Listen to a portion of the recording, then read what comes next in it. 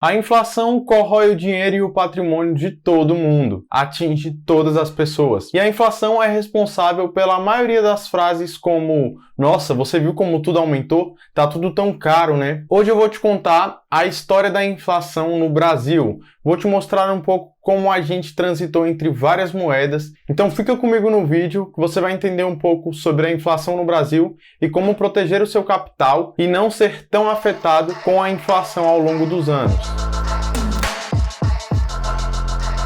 O vídeo vai começar com duas histórias. A primeira história é metade verídica, metade ficção. O ano era 2014 e eu vendia tapioca na escola, e essa parte é verdade. Eu tinha 14 para 15 anos mais ou menos e eu acordava mais cedo, fazia as tapiocas, tinha 2 sabores na época, era presunto com queijo e manteiga e leite condensado com coco. Eu levava essas tapiocas para a escola e vendia lá. Todos os dias eu vendia mais ou menos 25 tapiocas. E digamos que um dia eu chego lá na escola e a professora decide conversar um pouco com os alunos e pergunta para todo mundo quanto cada um tem de dinheiro. E digamos que todo mundo ali tivesse uma média de R$4. E a professora fala: eu vou dar o mesmo dinheiro que vocês têm para cada um de vocês. E aí ela pega, vai lá e distribui R$4 para todas aquelas 50 pessoas. Eu tô lá com as minhas 25 tapiocas para vender e na hora do intervalo as pessoas vêm me procurar. Como todo mundo da sala recebeu mais R$4 do que tinha para comprar as tapiocas, pensando que isso é um sistema fechado, e as minhas tapiocas não aumentaram a oferta, o que vai acontecer? Inflação. Eu não tenho tapioca suficiente para vender para todo mundo. São 50 pessoas querendo comprar uma tapioca que eu vendia por R$2. O que eu posso fazer? Como agora eu sei que todo mundo dentro dessa sala tem um dobro de dinheiro, faz sentido que os preços das coisas também dobrem de valor, tendo em vista que essa oferta não aumentou, só aumentou a demanda. Quando a demanda aumenta e a oferta não aumenta, a gente tem um aumento nos preços e isso é a inflação. Esse conjunto de coisas é a inflação. Para a escola austríaca de economia, a inflação é meramente a impressão de dinheiro, distribuição de dinheiro sem critério, e isso leva ao aumento dos preços, e não o aumento dos preços que caracteriza a inflação. Mas isso é uma discussão teórica, todo mundo sabe no final das contas o que é a inflação no seu bolso. E aí você poderia me falar: ah, mas você foi muito sacana, você pegou e aumentou o preço, você poderia não ter aumentado. Mas isso é uma história. E aí é a metade da história que é ficção. Aí a gente está pensando que nada alterou nos meus insumos, mas na realidade as coisas alteram de preço. Se a gente pegar esse exemplo e colocar em escala de Brasil, a gente pode pensar que a professora é o Banco Central, é o governo e as pessoas, os alunos, somos nós. Quando a gente tem dinheiro circulando na economia à torta e à direita e impressão de dinheiro, como a gente viu diversas vezes no nosso país, e as ofertas não aumentam de acordo com essa demanda, porque vão ter mais pessoas procurando pelas mesmas coisas, os preços aumentam. Agora, um exemplo que qualquer um vai perceber a diferença sem indagações é o Kinder Ovo. Eu, pelo menos, peguei a época que o Kinder Ovo era R$1 e hoje a gente vai no mercado e tem Kinder Ovo com surpresa e sem surpresa, porque o com surpresa está muito caro. R$6, R$7, R$8 um Kinder Ovo. Isso não faz muito sentido quando a gente pensa que a gente comprava Kinder Ovo por R$1, quando pelo menos a minha geração era criança. Dada essa breve contextualizada sobre o que é inflação, vamos retomar um pouco da história do Brasil. Essa história vai começar um pouco lá atrás. O ano era 1822 e João VI saía do Brasil para retornar para Portugal. Pressionado pela população portuguesa, ele deixou o Brasil para voltar a ser o líder de Portugal. E tanto na hora que ele veio, ele trouxe um pouco de capital, lógico, trouxe alguma parte das reservas econômicas, e quando ele foi embora, a mesma coisa, deixou as reservas brasileiras na miséria. A reserva que ficou no Brasil quando Pedro VI foi embora para Portugal foi de 20 contos de réis. Réis era a unidade monetária da época e 20 contos de réis significa 20 milhões de réis. Então Pedro I, quando assume o poder, pega o poder do Brasil Império, ele encontra uma dívida pública altíssima e cofres vazios praticamente. O que é que o gênio pensa? Beleza, vamos imprimir papel moeda sem lastro em metal suficiente. Então eles começam a imprimir dinheiro em papéis, cédulas, porque eles não tinham lastro suficiente com os metais. Então passa-se a produzir mais do que se tem, tendo em vista que na época o dinheiro era lastreado nos metais preciosos. Então, de 1822 até 1911, a nossa moeda caía todos os dias. A nossa moeda perdia valor constantemente. A desvalorização dos réis virou um mal crônico. E somente em 1911 que os réis tiveram sua primeira alta no mercado de capitais. Foi a primeira vez que ele se valorizou um pouquinho. Então a gente viu, se a solução de imprimir papel moeda não foi uma solução. Com essa desvalorização expressiva, as contas e as compras, a economia do dia a dia que funcionava com a base de cálculo em réis, agora funcionavam com os mi-réis. As coisas não eram mais baratas ao ponto de se comprar somente com réis. Então, a maioria dos cálculos eram feitos com mi-réis. Isso aqui são tantos mi-réis. Mi-réis são 1000 réis. Então, a gente já percebe uma desvalorização muito grande. E não parou por aí a desvalorização. A desvalorização continuou até que as contas começaram a ser feitas com contos de réis. Contos de réis, como a gente já comentou, são milhões de réis. Conto vem da palavra cômputus, que do latim significa 10 vezes 100 mil. Então, 1 milhão. 1 milhão de réis. Em 1930 foi o ano que Vargas assumiu o Brasil com um governo provisório que durou de 1930 a 1934. Como você provavelmente já sabe, em 1934 ele virou presidente da República. Em 1937 ele fez o golpe e instalou uma ditadura no Brasil, e essa ditadura durou até 1945. Houve algumas mudanças enquanto os Vargas estava no poder. A gente pode citar algumas. Em 1933 o Brasil começou a andar um pouco melhor porque as políticas favoreciam os interesses dos cafeicultores e a gente exportava muito café, era um produtor de café muito relevante. Em 1941 nasceu a querida CSN e também nasceu a Vale do Rio Doce, a nossa querida Vale. Mas ainda assim, com alguns avanços do Brasil, a inflação estava muito difícil de controlar, e aí o que fizeram? Tiveram mais uma ideia brilhante. Em 1942 falaram: beleza, a nossa moeda não vai ser mais os réis, vamos mudar o nome e cortar alguns zeros. E aí a gente parou de fazer conta com mi-réis e passou a fazer conta com cruzeiros. Um cruzeiro era o equivalente a 1 mi-réis, ou seja, 1000 réis. Então a gente teve um corte de 3 zeros na moeda. O que antes eram 1000 réis, eu preciso que você entenda agora, passou a ser uma unidade monetária da nova moeda. E isso vai se repetir algumas vezes. Beleza, depois de Vargas e depois dessa mudança monetária em 1942, vamos pular um pouquinho e vamos para 1956, quando começou o governo de Juscelino Kubitschek. Os 50 anos em 5 custaram um pouco caro, não somente durante o governo dele, mas durante o governo dos militares ali, de 60 até 85. Esse período foi marcado por uma super desvalorização da nossa moeda e também um super crescimento da nossa dívida externa. A gente imprimia muito papel e adquiria muita dívida. E aí a inflação não parou ali nos cruzeiros. Então, eles transformaram 1000 réis em um cruzeiro, não conseguiram controlar a inflação ao ponto que tiveram que transformar 1000 cruzeiros em um cruzeiro novo. E isso aconteceu em 1967, 25 anos depois que tinham criado essa nova moeda cruzeiro. Então, o cruzeiro passou a se chamar Cruzeiro Novo e a proporção também foi de 1000 para 1, um corte de 3 zeros. O que se comprava com 1000 cruzeiros, agora se compra com um Cruzeiro Novo. E passou um tempo, o Cruzeiro Novo ficou velho e voltaram a chamar somente de Cruzeiro em 1970. E aí, para não mudar a história, o Cruzeiro continuou perdendo valor sucessivamente. Até que no governo de Figueiredo, em 1979, a nossa moeda perdeu 30% de valor numa pancada só. Em 1983, a inflação continuava galopante e a dívida nossa era absurda. E aí nosso país deu a linda notícia de que não honraria mais com o principal da dívida, não pagaria mais o principal da dívida, honraria somente com os juros. Isso é muito sério, né? Imagina que você empresta seu dinheiro para alguém e alguém fala: não vou te pagar aqueles 10 mil reais que você me emprestou não, eu vou pagar agora só os juros. A nova república, depois de 85, herdou um país extremamente endividado com uma inflação incontrolada. Depois que os militares deixaram o poder, em 85, a nova república teria muita dificuldade de colocar a economia do Brasil nos eixos. Para isso vieram sucessivos planos e fórmulas mirabolantes de controlar a inflação, que a gente já espera um pouco como elas seriam e já vimos um pouco nesse histórico. O decreto 2283 durante o governo de Sarney, declarou o Plano Cruzado. É uma falta de criatividade para nome do caramba, né? E aí, nesse plano, haveriam algumas reformas monetárias e, inclusive, a criação de uma nova moeda que se chamaria cruzado. E então,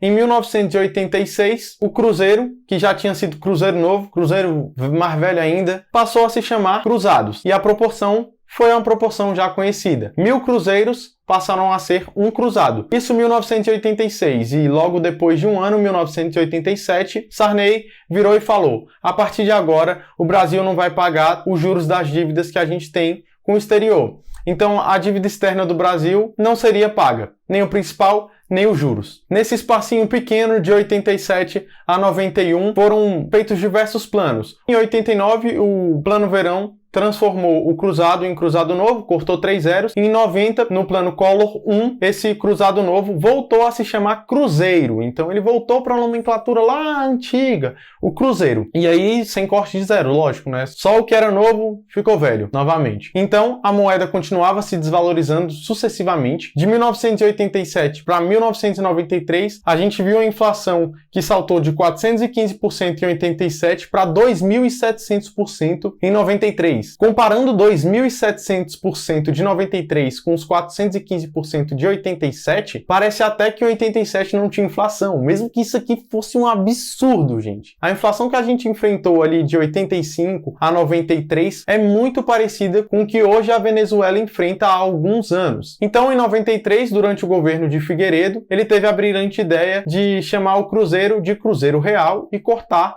novamente 3 zeros. Então, antes a moeda era cruzado, cruzado novo, cruzeiro novamente e agora Cruzeiro Real. E aí nasceu o Plano Real, que estabelecia uma URV, Unidade Real de Valor, porque a inflação mesmo já estava descontrolada, tinham que fazer alguma coisa diferente. Eles falaram: dessa vez o Cruzeiro Real está aqui com um corte de 3 zeros, mas a gente vai estabelecer uma unidade de valor real. Quando essa unidade de valor real estiver um pouco mais estável, passar um período maior, sem muitas variações, a gente vai transformar e fazer uma nova moeda com a paridade de 1 para essa unidade real de valor. Então a inflação ficou lá dançando, até que em junho de 1994, essa unidade de valor era de 2.750 cruzeiros reais. Então, a nova moeda passaria a ter um valor de 2.750 cruzeiros reais, que tinha acabado de sofrer um corte, né? Em 93, esse cruzeiro real foi criado. Em 94, começou esse plano da URV,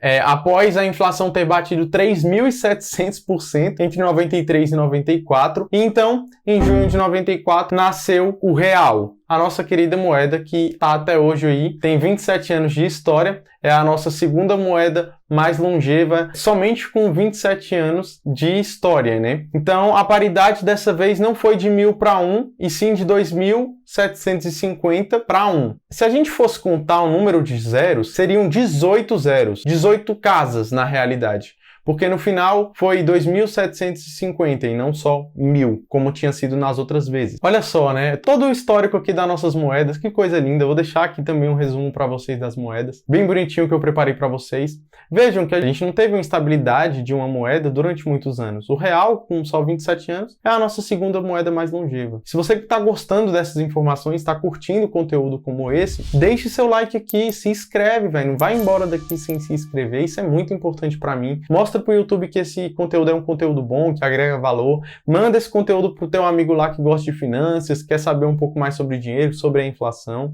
Comenta aqui embaixo também se você tem alguma dúvida. Segue a gente lá nas redes sociais, no Instagram. A gente troca uma ideia mais próxima lá, vocês podem ver um pouco também sobre a minha vida pessoal. E bora continuar com o vídeo. Isso é um pouco da nossa história. Normal no Brasil é isso. Durante esse período todo a gente viu inflações completamente descontroladas. Hoje a gente vê a inflação aí comendo um pouco do nosso dinheiro, e aí a gente vê pessoas: meu Deus, os preços estão aumentando muito, as coisas estão ficando muito caras, não sei o que. Antes eu comprava isso por X, agora eu compro por 3 vezes X. O carro popular hoje, 80 mil, 70 mil reais um carro popular no Brasil. Pois é. Essa inflação ainda não é nada comparada com a inflação que a gente tinha. E com inflações que a Argentina e a Venezuela, nossos países vizinhos aqui, estão sofrendo. E inflação é algo que não se brinca. E por que eu trouxe isso da inflação? Porque eu queria falar com vocês a importância de investir. Quando você não investe, você não tem seu dinheiro reservado, você não tem seu dinheiro preservado contra a inflação. E essa discussão fica ainda mais acentuada porque de uns tempos para cá a gente vê o Copom e o Bacen correndo atrás da curva, como a gente chama, correndo atrás da curva da inflação. Porque a inflação começou a subir muito acentuadamente depois de 2020 com a impressão do papel. Isso trouxe uma inflação, porque é uma impressão de dinheiro com uma oferta que caía. As pessoas produziam menos porque as pessoas não podiam trabalhar, as empresas produziam menos, a economia mundial ficou um pouco travada por conta dessa doença que apareceu. No entanto, a injeção de capital na economia foi incessante e foi feita por vários países. Então, isso trouxe um aumento nos preços e com esse aumento nos preços, a nossa taxa básica de juros ficou para trás. Então, agora a inflação está lá em cima e a taxa básica de juros está correndo atrás da curva para pegar essa inflação. E por que a taxa básica de juros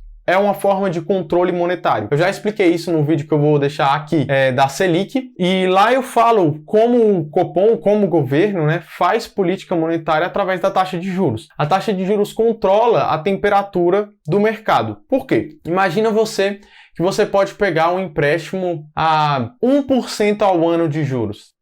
Pô, muito bom, né? Eu vou comprar tudo a prazo. Imagina, eu vou comprar aqui um iPhone que eu não tenho dinheiro para pagar, uma casa que eu não tenho dinheiro para pagar, um carro que eu não tenho dinheiro para pagar, porque as parcelas vão ser praticamente sem juros. Isso é o que acontece, por exemplo, na economia norte-americana. As pessoas compram as coisas lá e pensam nas coisas na parcela. Ah, eu comprei um carro, custa $240. $240 é a parcela. Mas aquela parcela tem um juros tão ridículo que eles compram quase tudo a prazo. Aqui no Brasil, não. Se você for comprar as coisas a prazo aí, os juros são altíssimos. E aí a gente aumenta a taxa básica de juros e desestimula a economia. A gente desestimula as pessoas a adquirirem dívidas. Porque se antes você comprava uma casa e fazia um financiamento, um ano atrás, você comprava uma casa e fazia um financiamento com juros baixíssimos, agora esse juros já está um pouquinho maior. E conforme esses juros aumenta, fica mais caro para pegar empréstimo. Então as pessoas pegam menos empréstimos e elas consomem menos. As empresas também são afetadas pelo aumento dos juros, porque as dívidas dessas empresas também vão ser afetadas por esse aumento e vão ficar com juros mais caros, vão se tornar dívidas mais caras. Então isso tudo que acontece quando o Copom aumenta a taxa de juros base faz com que as pessoas consumam menos e então a gente possa ter um controle nos gastos. Porém, da mesma forma que as empresas têm as dívidas afetadas pelo aumento na taxa de juros, a dívida pública do Brasil também tem um aumento conforme a taxa Selic. Então, se a taxa Selic aumenta, a dívida do Brasil acaba ficando maior e com juros mais pesados. E a gente já tem uma dívida muito alta. A nossa dívida já está batendo 90% do nosso PIB e não adianta vocês virem aqui falar o Japão tem 200% do PIB de dívida, Estados Unidos tem mais de 100% do PIB de dívida, porque esses são países extremamente desenvolvidos. Então, eles não tendo um problema com a inflação, eles podem deixar o juro menor, a rolagem destes juros é mais fácil e acaba que eles não devem muito, porque o PIB cresce, acaba que esses juros decaem, eles não gastam tanto, ou gastam o mesmo tanto que arrecada, que não é um cenário do Brasil. Então, não dá para comparar a nossa dívida PIB com a dívida PIB de países desenvolvidos. Temos que comparar a dívida PIB de países emergentes com países emergentes. E a nossa dívida pública está muito acima da média da dívida pública sobre PIB dos países emergentes. E o problema é, estamos com a inflação aumentando, precisamos aumentar a Selic, isso aumenta a nossa dívida, fica mais caro rolar os juros dessa dívida. O Brasil já não é um país que gasta menos do que arrecada, ou seja, colocando os pingos nos is, desde 2014 a gente gasta mais do que arrecada, então a gente tem um déficit econômico que de 2014 a 2019 já era de mais de 600 bilhões e em 2020 se ampliou largamente, então a gente já gasta muito mais do que arrecada. A gente tem uma dívida alta sobre PIB, que é maior do que os outros países emergentes, como China, Chile e etc. A gente tem que aumentar a Selic porque a inflação está aumentando e a gente precisa aumentar as nossas receitas para arrecadar mais e, quiçá, conseguir não gastar mais do que a gente arrecada, pelo menos gastar a mesma coisa do que a gente arrecada, a gente tem que arrecadar mais. Para arrecadar mais, a gente tem mais impostos. E o Brasil já está cansado de imposto. Se a gente fosse fazer parte da OCDE, a gente seria o país que mais tem imposto sobre as empresas. Segundo um ranking da OCDE, que tem mais de 100 países, o Brasil tem o segundo maior imposto sobre as empresas na sua legislação. Um imposto que soma 34%, e se a reforma tributária passar, e vamos ver como ela vai sair, talvez isso aumente. E a gente atualmente só perde para o país Malta, dentro desse ranking, que tem 35% de imposto sobre as empresas. Então, se a gente aumentar somente 1%, a gente se torna o país que mais tem imposto legalmente colocado sobre as empresas. Então a gente já tem muito imposto. Se os impostos das empresas aumentam, elas têm que cortar custos de outro lado. Elas demitem pessoas, passam a produzir menos e isso faz com que a gente tenha um PIB ainda menor. As empresas sofrem, a bolsa sofre, você sofre com seus investimentos. Corre o risco de, se isso não for controlado, né, essa situação fiscal não for contornada, a gente não parar de gastar mais do que a gente arrecada, a gente corre o risco de entrar em dominância fiscal, que é quando o aumento da Selic já não adianta. Por quê? A gente aumenta a Selic e aí a nossa dívida aumenta, só que como a nossa dívida já está muito alta, a gente não consegue manipular um pouco o câmbio, trazer a atenção dos investidores exteriores para o Brasil, porque,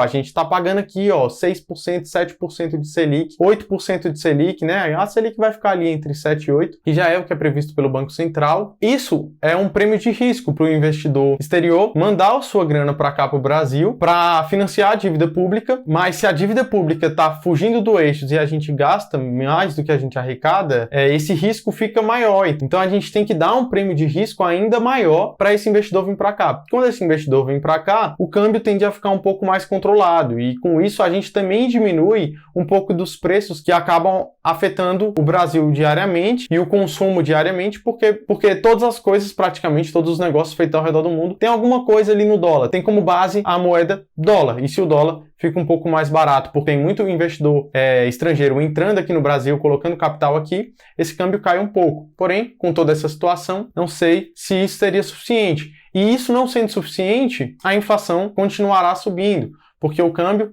não será contornado, e se a gente não resolver a questão fiscal, a inflação pode continuar a subir e a Selic pode não ser suficiente para controlar isso. A gente pode sim passar por situações como a gente já passou no passado, né? Eu trouxe toda essa história, não foi de graça. Eu queria pontuar também que o Brasil cresceu cerca de 2,7% de 2011 a 2021. É praticamente uma década perdida. Praticamente não, é uma década perdida, porque o mundo cresceu em média 30% durante esses 10 anos.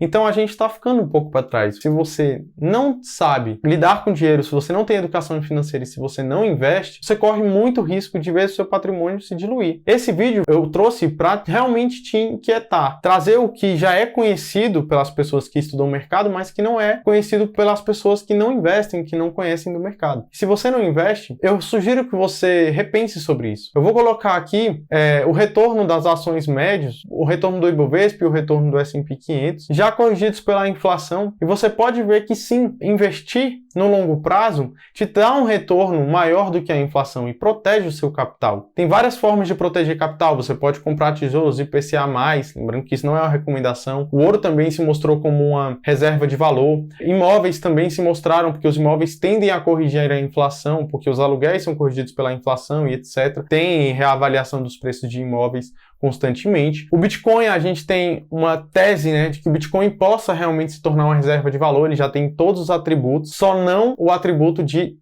tempo, né? Porque o Bitcoin é muito recente, mas daqui a algumas décadas a gente vai ter essa resposta. Se o Bitcoin foi realmente uma reserva de valor e reservou ali o patrimônio das pessoas que colocaram dinheiro em Bitcoin, nesses anos a gente sabe que sim, né? Não só protegeu, como multiplicou insanamente o capital de quem botou lá. Não deixe seu dinheiro parado ignorantemente. Não seja um ignorante no mundo das finanças, porque vai custar caro isso para você. Com certeza vai custar caro. Principalmente se você não tem noção nenhuma, deixa seu dinheiro parado na poupança, até CDI tá perdendo, né, tá com juros negativos o Brasil, como eu já disse. Então o cenário não é muito bom, né? Para quem investe já não é muito bom. É bom ter uma diversificação ali em outras moedas fortes, fazer uma reserva de valor em moedas fortes.